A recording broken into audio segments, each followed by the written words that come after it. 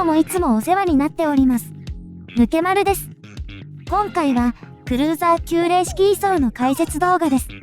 はじめに、この動画は早期攻略動画のため、今後、より最適な解放が見つかる可能性があります。その点をご了承ください。ギミックの説明は、流れを把握しやすいように、このような図解を交えながら進めていきます。また、今回はこのようにマーカーを設置しています。一つの参考としてご活用ください。それではよろしくお願いします。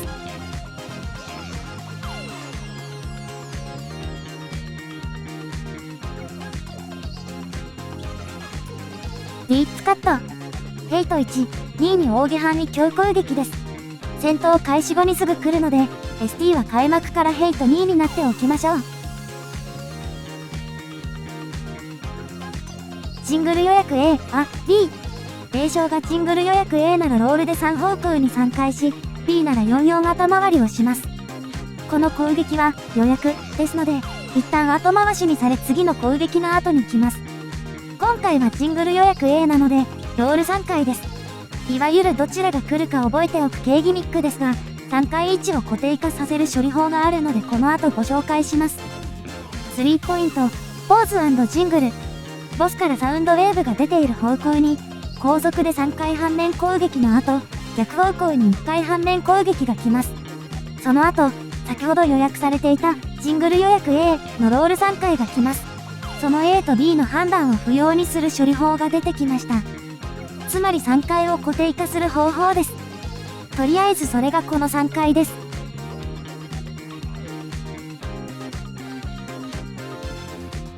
このように3回しておけば、ロールごとに扇半里が来ようが、44後回りが来ようが成立します。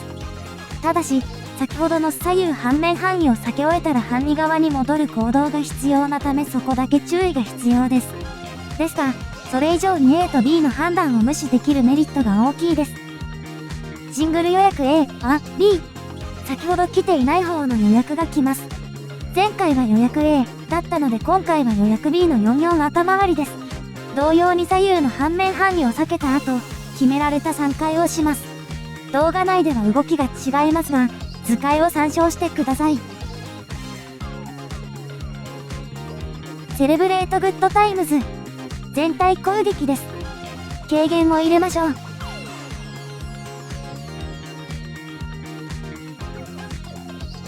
ディスコインファーナル。この全体攻撃を合図に一連のギミックが始まります。まず、タンクヒラと DPS で異なる秒数のデバフが付与され、同時にアニメ上の範囲攻撃が連続で派生します。このギミックではデバフの時間を確認し、アニメ上の範囲攻撃を避けながら、デバフ指定のタイミングでスポットライトに入る必要があります。ただし、スポットライトの位置によっては、アニメ上の範囲と重なっている場所もあり、そこに入ってしまうと即死します。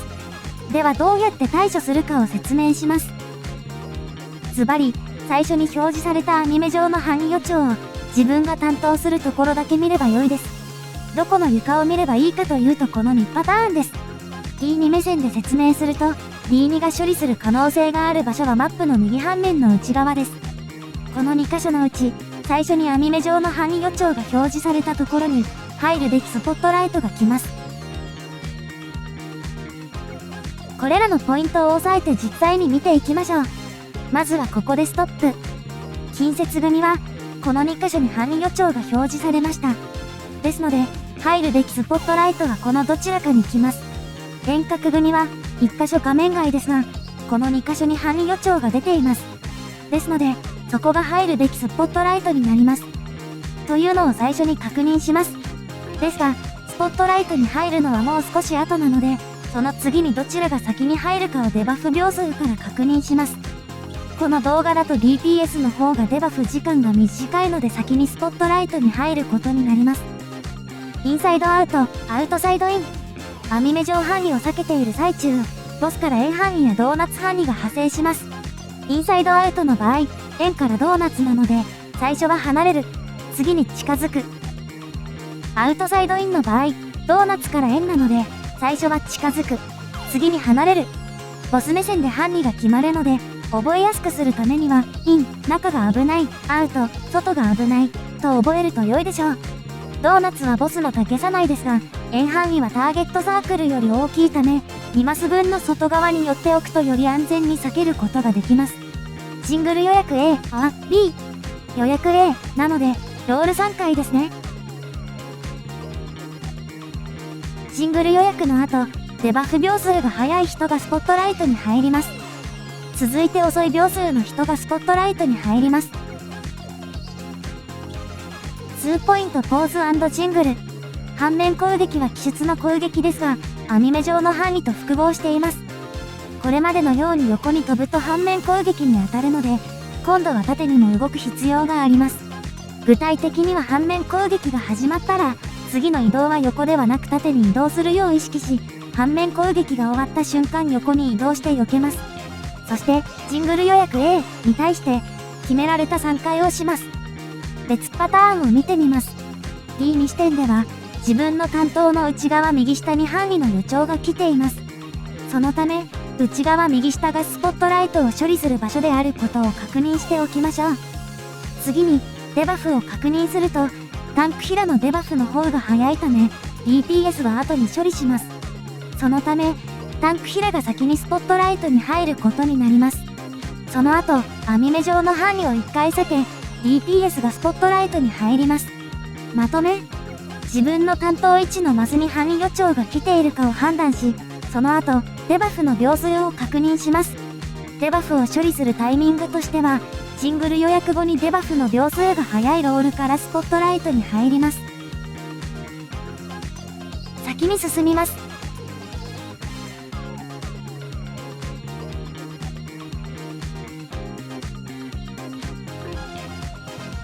ダンサーズアセンブル。映せてませんが、北側のお立ち台にカエルが出現します。アルカリアナイトフィーバー。このギミックでは、内外に交互に移動しながら奥義範囲を受け、その跡地に来る奥義範囲を避けるギミックです。まずは北側にタンクヒラ、南側に DPS になるように各自8方向に3回しておきます。円範囲の予兆が来るので、その円範囲が着弾したらその位置に移動します。円範囲、ドーナツ範囲は交互に来るので、外、中、外、中のように交互に避けてください。さらに交互に来る円範囲、ドーナツ範囲と同時に1人ずつ順番に奥義範囲も来ます。奥義範囲は1回目の着弾地点にもう1回来るので、隣に避けて回避しましょう。二度付け禁止です。奥義範囲の補足。ロールごとに交互に着弾する帰属性があり、着弾するとアルファ、ベータのデバフが付与され、次のギミックで使用します。レッツダンス。左側のダンサーから順番にポーズを決めていきます。その後、左側のカエルから順番に、手を上げた方向に8回連続で反面範囲が来ます。手を上げている方向と逆側に移動して範囲を避けましょう。8人のダンサーを一度に見ようとせず、直前のダンサーと比較して動くと分かりやすいと思います。具体的には、次のダンサーの手が前と同じならそのまま、逆なら横移動、と覚えておくとスムーズに対処できます。ただ、ここはこれだけではありません。先ほど軽く触れたアルファ、ベータのデバフも処理しないといけません。これはデバフ秒数が0になるとき、アルファ、ベータの同じデバフ秒数でペアになっておくギミックです。あらかじめ同じ秒数のペアで縦に整列し、横移動のみで反面範囲を回避します。メリットは、ペアで並んでしまえば、あとは反面範囲の回避だけに集中できることです。注意点は、範囲はそれほど広くないが、担当マス内で横移動のみを行うことが重要です。実際にこの方法で動いているので、それを見てみましょう。このようにペアになっておくことで、その後はデバフの処理順を気にせず、反面範囲の回避に集中できます。一度並んでしまえば、余計なことを考えずに動けるので、処理がシンプルですね。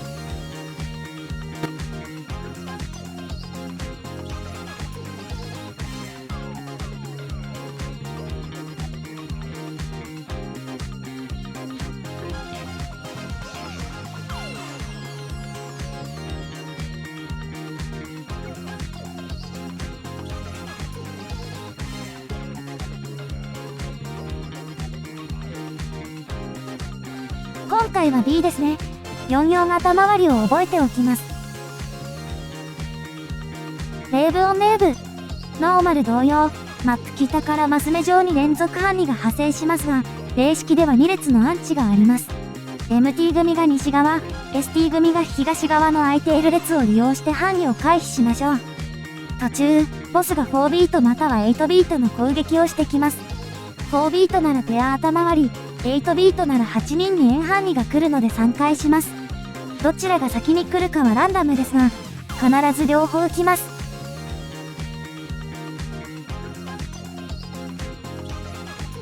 インサイドアウト。外から中に避けます。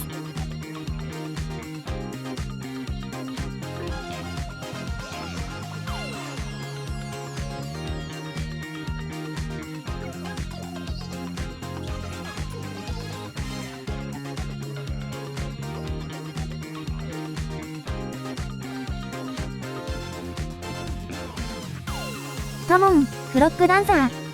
カエルが南か北、東か西のそれぞれの外周に2匹ずつ出現し、マップを囲ったところに範囲攻撃が来ます。ノーマルでは2種類の範囲のどちらかが派生しましたが、例式では縦横の範囲が組み合わさり、アンチは対角の2箇所になります。アンチの見つけ方ですが、カエルが出現しなかった方にカメラを向け、曲がらなかった方がアンチになります。まずカエルは対角の外周に向かって移動するので、その先でどちらに曲がるかを確認します。この映像では、カエルが D マーカー側から外側に曲がったため、D マーカーがアンチになっていますね。つまり、対角側は B マーカーもアンチになっているので、DB がアンチということになります。さらにこのギミック中に4ビートまたは8ビートが組み合わさって派生します。A、D マーカー側のアンチを MT 組が使用し、B、C マーカー側のアンチを ST 組が使用して、アンチ内でペア頭回りまたは3回押します。アンチをうまく活用しながらそれぞれ適切に対応してください。ディスコインサーナル。タンクヒラと DPS で異なる秒数のデバフが付与され、同時にカエルが X 字に配置されます。処理の手順は、デバフの秒数が短いロールからスポットライトに入ります。また片方のロールがスポットライトに入っている時に、カエルから扇範囲が来ます。これは最もカエルに近い人に扇範囲が来るので、スポットライトに入っていない人が他の人に当たらないように外周へ誘導します。その処理をもう1セット繰り返します。スポットライトが10時に止まる場合と X 字に止まる場合があるので注意してください。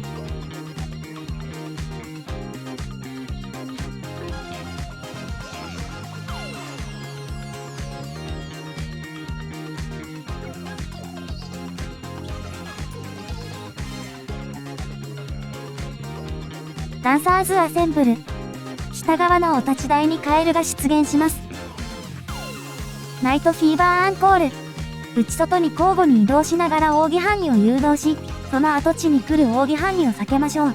二度付けは禁止です。1回目の時との処理と同じですが、今回はアルファ、ベータのデバフがありません。レッツダンス、ダンス、ダンス。左側のダンサーから順番にポーズを決めていきます。今回は左右の反面範囲に加えて、前後の反面範囲が追加されています。ここは、同時に他のギミックが来ないので、カエルの手や向きに集中し落ち着いて回避しましょう。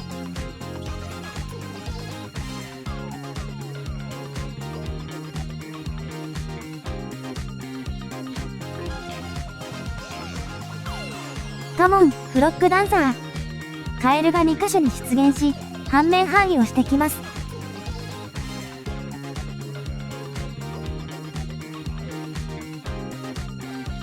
次に、別の2箇所にカエルが再出現し、同様に反面範囲をしてきます。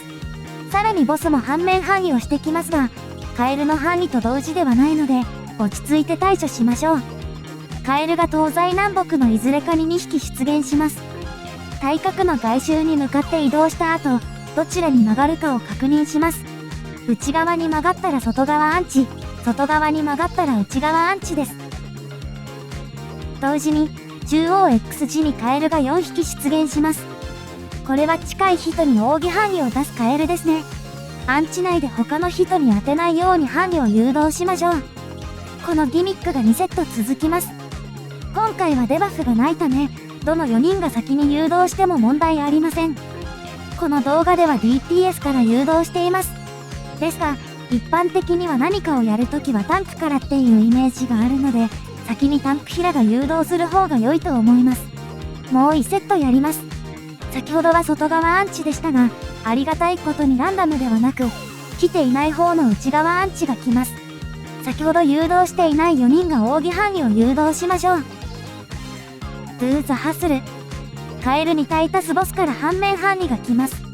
8分の1のアンチを探します。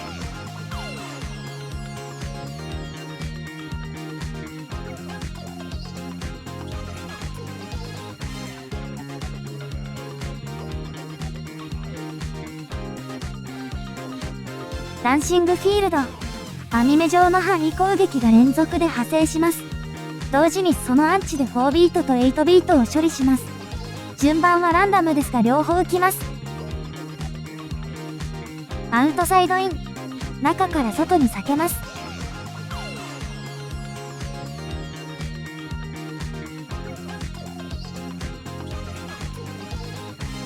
先ほど来ていない方の4ビートまたは8ビートが来ます。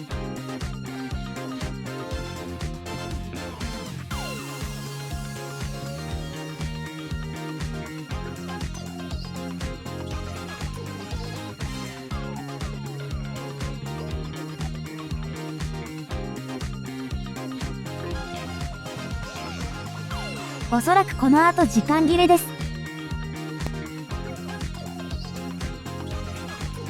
最後までご視聴いただきありがとうございました。